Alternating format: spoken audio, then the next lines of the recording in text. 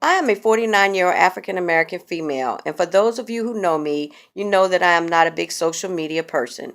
This is actually my first time doing a social media chat or whatever you would call it.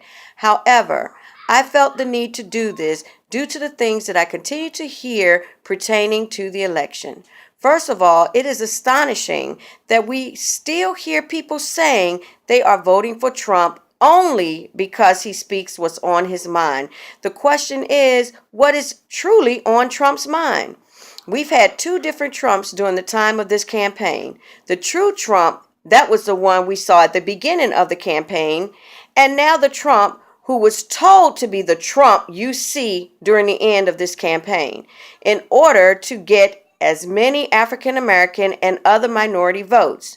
So when you say you are voting for him because he's speaking his mind, according to the millennium generation, sometimes what's on your mind needs to stay there and not be acted on or even verbalized. By the way, this seems to be something Trump has trouble doing himself. I know your parents have told you everything that comes to your mind should not be heard out of your mouth.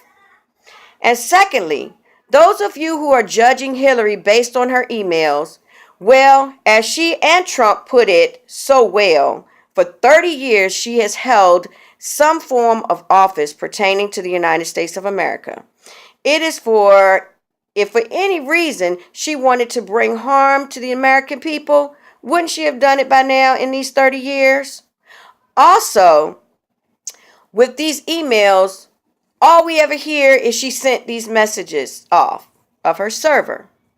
What did she say? Was it something that would benefit the United States of America, or was it something that would harm the United States? Apparently, there wasn't nothing in them to harm us, or she would not have been found where she did not need to be charged or prosecuted for.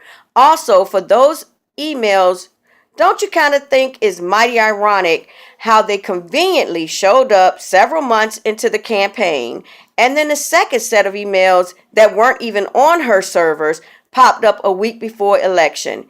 You truly don't think there's an underlying reason behind this? And my last thing for people to think about concerning the emails that Hillary supposedly sent to other countries and people that should not have access to it is, while we were focusing on Hillary's emails, what about Donald Trump's relationship to Russia? Now, if they can cyber attack her emails, don't you think they can cyber attack the United States of America for anything else they wanted to do? And how do you think they got it in the first place? Now, take a good look at Trump. When you think he's on top for our people, his campaign slogan is "Let's make America great." And let's make it great again. Well, let's make it great again for whom? All the people, the minorities, or his people, the people who think like he thinks, act the way he acts, or have the same money that he has. And on top of all of those, who are the same color. I just want all minorities, especially our female minorities who have two strikes against us, think before you check the box for Donald Trump.